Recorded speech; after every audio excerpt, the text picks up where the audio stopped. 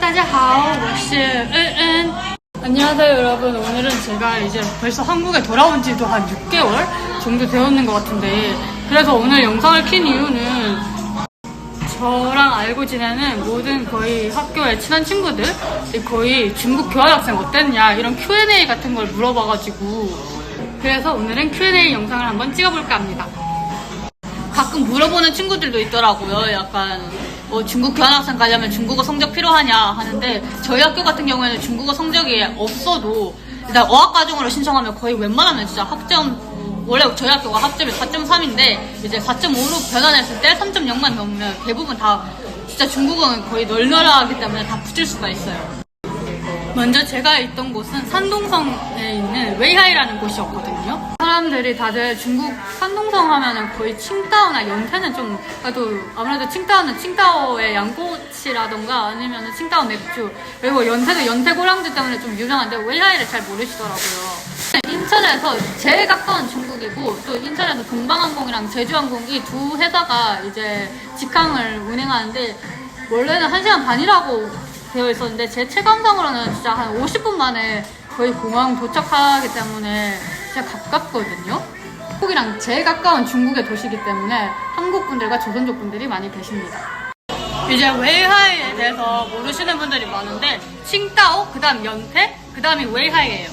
제가 있던 산동대학교 위에 캠퍼스에는 일단 유학생이라고 하면 거의 국적이 대부분이 한국인이랑 러시아 사람이 다수였어요. 이제 제 목적은 거의 중국에서 중국어, 아무래도 전공이 중국어니까 중국어를 하고, 그 다음에 당연히 영어도 같이 늘리고 싶다라는 생각이 제일 컸었어요. 근데 제가 있던 곳은 아까도 말씀드렸다시피 유학생 숫자가 거의 한국인이 절반이고, 그 다음 러시아 사람, 그 다음에 소수의 가끔 있는 태국인들과, 그리고 저희 옆방이었던 이탈리아 사람 2명, 이렇게 해서 이게 거의 다였거든요.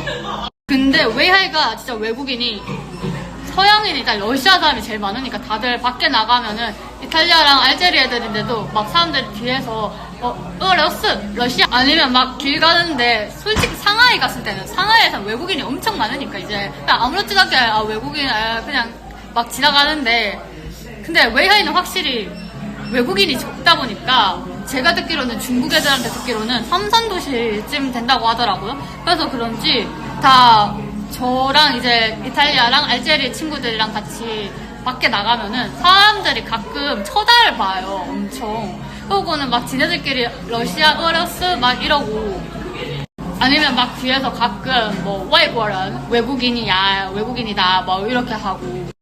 근데 이제 저희 옆방이 이탈리아 애들 둘이었는데, 이제 걔네들은 중국에 와서 막 중국어를 배우기 시작했으니까 아예 중국어가 안 되고 하니까 저희는 거의 만나면은 언어를, 제일 언어가 영어였어요. 근데 웨이하이가 진짜 외국인이, 서양인이다 러시아 사람이 제일 많으니까 다들 밖에 나가면은 이탈리아랑 알제리 애들인데도 막 사람들 뒤에서 러시아 이러냐고. 근데 이제 알제리나 이탈리아 친구들이랑 같이 뭐 외가 광장이 제일 번화가인데, 거기가 그 번화가에 나가보면은 저희가 영어를 쓰는데도 굳이 이제 사진 찍어도 되냐 이렇게 말하고, 저희 한국인 애들끼리 있을 때 진짜 그런 적이 없었거든요. 같은 중국인 취급을 받으니까.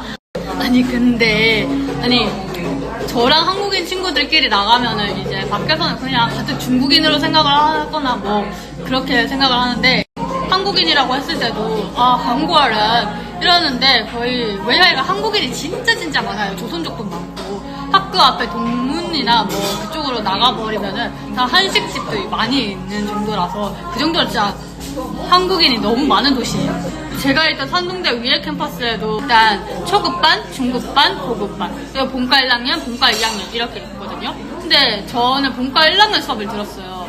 근데 본과 1학년에는 전부 다 이제 한국인 학생들이고, 딱 2명의 남자들만 이제 러시아 남자들 뿐이었고, 진짜 반 전체가 다 한국인? 제가 샤옹슈에 이제 나 9월달에 중국 교환학생 간다 하니까 같은 학교 친구들한테서 엄청 연락이 왔었고, DM이. 그리고 또 한국어 학과가 있었기 때문에 한국어를 어느 정도 구사하는 친구들이 있어요. 한국어 학과 전공에. 한국어 전공인 친구한테도 DM이 와가지고 덕분에 진짜 중국 여러 친구들을 사귀었었거든요, 저는. 근데 혹시라도 가셔서 중국인 친구를 사귀고 싶다 하시는 분들은 특히 이제 예를 들면 뭐 중국어를 못한다 싶으면은 좀 걱정이 된다 싶으면은 이제 동베이아시아위엔에 가서 저 같은 경우에는 이제 동베이아시아위엔에서 포스트잇에 이제 제 위챗 아이디를 이제 적어놓은 걸 붙여놓고 이제 갔었거든요. 이제 산동대 위에 캠퍼스에 있는 그 동베이아시아위엔이 동북아 학원이란 뜻이거든요. 동북아 학원에는 이제 전공이 국제 정치라던가 아니면 한국어 전공인 대학원생들이 있기 때문에 혹시라도 포스트잇을 붙여놓으면은 이제 거의 한국어 전공인 친구들이거나 아니면은 국제정치에 관심 있는 그쪽 학과 친구들한테서 이제 위챗 추가 신청이 와요. 근데 제가 이제 그걸 통해서 이제 사귀었던 이제 한국어 전공인 친구들 수준을 말씀드리면은 진짜 거의 한국인? 아니 얘네 진짜 한국인 수준? 처음에 친해진 친구가 조선족인 줄 알았는데 한국을 너무 잘해가지고 근데 한족이라는 거예요. 진짜 엄청 한국인만큼 잘하니까 걱정 안 하셔도 될 것 같아요. 그리고 산동대 위에 캠퍼스는 애초에 한국인이 너무 많고 저희 본과 1학년에 이제 수업에 짱라오씨라고 계시는데 그분은 한국어 단어 정도는 어느 정도 말투를 하실 수가 있는 분이셨어요. 그리고 어학당 코스에 계시던 한국인 아저씨 한 분은 그분은 거의 영어랑 이제 중국어는 이제 초급반이니까 와서 배우시기 시작하신 거니까 거의 못하시는데도 바디랭귀지 하나만으로도 태국 친구들이랑 진짜 잘 놀았거든요. 태국인 언니들이랑. 그렇기 때문에 산동대 위에 캠퍼스 경우에는 뭐 중국어 못해도 괜찮고 다만 이건 아셔야 될 것 같은 게 이제 유학생 기숙사에는 거의 한국인 아닌 러시아 애들이 많은데 약간 한국인 애들은 한국인 애들끼리 놀고 러시아 애들은 또 러시아 애들끼리 노는 경우가 좀 많아요. 근데 사실 기숙사 안에서 아무래도 한국인은 한국인끼리 놀고 러시아 애들은 러시아 애들끼리 노니까 확실히 러시아 애들하고 친해질 기회가 많이 없었거든요. 그렇기 때문에 이제 한국인이 저처럼 좀 많은 곳을 선호하지 않는다 싶으신 분들한테는 비추지만 그래도 나 처음 배우는데 약간 좀 걱정이 된다 싶으신 분들 같은 경우에는 산동대 위에 캠퍼스 추천드립니다. 근데 대학원에 찾아보면은 대학원생에는 약간 인도나 파키스탄 사람도 있다고 들었어요. 실제로 있었고 보통 놀 곳은 이제 웨이크업 광장이라고 약간 대구로 치면 종성로 하나만 있는 느낌이긴 한데 오후 수업이 없는 경우 같은 경우에는 보통 같은 한국인 분들 보면은 이제 웨이하이에서 연태까지 기차로 20분 거리밖에 안 되니까 다들 연태를 많이 가시더라고요. 저도 그래서 거의 중국에 있을 때는 연태 그리고 칭다오까지가 딱 1시간 반이니까 칭다오도 좀 갔었었고 이제 중국 연휴에 이제 많이 놀러 가시던데 저는 중국 연휴인 국경절에는 이제 중국 닝구라는 곳을 갔어요. 저는 중국 연휴에 국경절에 이제 국경절에 한 일주일 정도 쉬니까 좀 멀리 가고 싶은 느낌이 있는 거예요. 그래가지고 저는 이제 상하이 옆에 저장성이라는 곳이 있는데 그 저장성에 있는 닝구라는 도시를 갔었어요.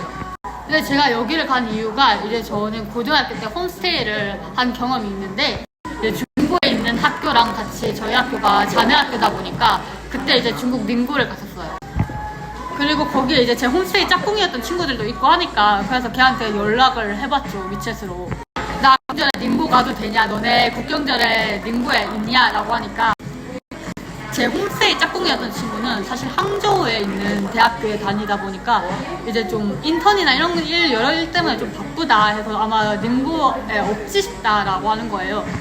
다른 친구한테도 제가 그때 위챗을 받아놓은 게 있어가지고 그 친구랑도 좀 계속 연락을 했었는데 그 친구는 이제 상하이에 있는 학교를 다녀요. 근데 상하이에서 이제 국경절이니까 이제 닝고 오냐라고 물어보니까 딱 그 친구는 닝고에 온대요. 그래서 그러면 같이 놀자 해서 그 친구랑 한 거의 코로나 이후니까 한 7년 만에 만나서 같이 놀았거든요.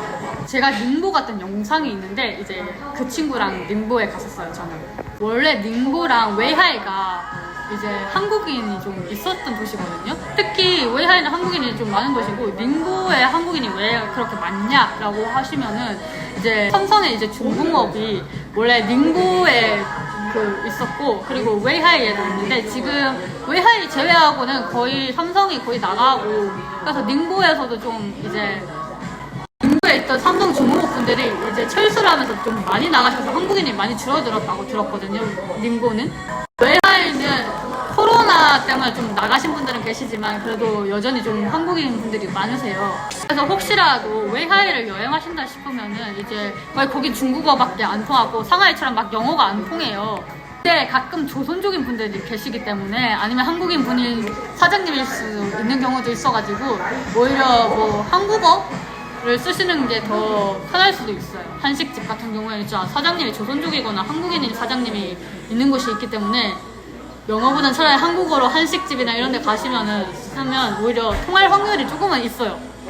그리고 그 어학과정에 이제 초급반에 한국인 아저씨분 말고도 다른 분들 한국 분들도 계셨는데 일단 한국인 교환학생들은 거의 중문과 출신인 애들이 많다 보니까 대부분 웬만하면 그 레벨 테스트를 받으면은 거의 진짜 못하지 않는 이상은 거의 중급반부터 시작하는 경우가 많아요.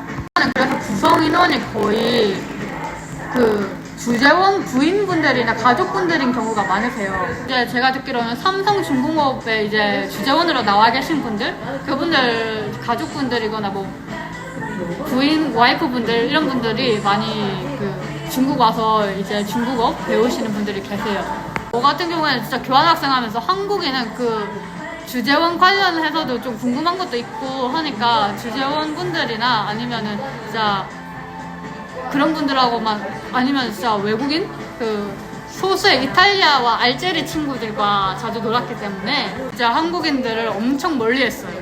최대한 중국어 아니면 영어를 쓰고 가고 싶은 마음이 제일 컸기 때문에. 이제 제가 가본 곳은 베이징 그리고 닝고, 저장성에 있는 닝고라는 도시인데 여기도 갔었고 그 다음에 이제 마지막에 상하이를 가가지고 상하이에서 이제 대구 직항이 동방항공이 있기 때문에 동방항공을 타고 바로 대구로 들어왔거든요, 저는. 근데 어쨌든 저는 이렇게 돌아다녔었고 이제 같은 한국인 교환학생분들 보면은 뭐 대련도 좀 가까운 편이라서 대련도 많이 가시고 그 다음에 이제 내몽골 이쪽으로도 많이 가시더라고요. 그럼 제 썰은 여기까지 하고 혹시라도 더 궁금한 것이 있으시면 코멘트 달아주시면은 나중에 한번 영상을 더 만들어 보도록 하겠습니다. 그럼 짤짤!